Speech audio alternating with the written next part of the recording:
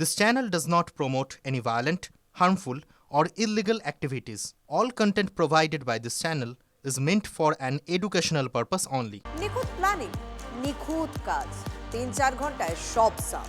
আদিত্য চোপড়া জানতে পারলে ধুম 4 বানিয়ে ফেলবেন। এক রাতে পর 14টি বাড়িতে চুরি। কোথায় হলো এই নিশ্চিন্তে লুটপাটের ঘটনা? দেখুন।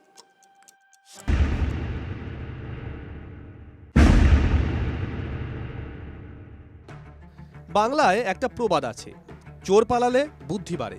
কিন্তু চোর পালালে কি নজরদারি, নিরাপত্তা বাড়ে? প্রশ্নটা তুলছেন দক্ষিণ 24 পরগনার আশুতির প্লাজা এলাকার বাসিন্দারা। এক রাতে পরপর 14টি বাড়িতে লুটপাট চালায় দুষ্কৃতীরা। চোরের উৎপাতে অতিষ্ঠ এলাকাবাসী। স্থানীয় বাসিন্দাদের অভিযোগ, অধিকাংশ ক্ষেত্রেই ফাঁকা বাড়িতে চুরি।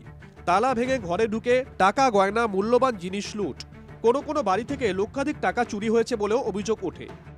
আমার যেটা মনে হচ্ছে যে কেউ না কেউ ইনফরমার হিসেবে আছে যে খবর দেয়। একটা রাতে 14টা জায়গায় চুরি হয়েছে।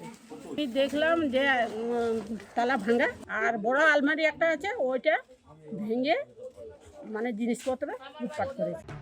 একটি অফিসও লুটপাট চালায় চোরেরা। প্রকাশ্যে এসেছে সিসিটিভি ফুটেজ। এসে দেখছি কি মানে আমার দুটো ফোন ছিল, এই ড্রয়ারে ছিল, দুটো ফোন এখানে ফেলা আছে, এই জিনিসটা পুরো খোলা আছে, এই কোনো সব কাগজপত্র সব এখানে রাখা আছে, সব কভার খোলা আছে। কত টাকা চুরি গেছে? এই অ্যাপ্রক্স লাখ টাকা। চুরির ঘটনায় ব্যাপক আতঙ্ক ছড়িয়ে পড়েছে গোটা এলাকায়।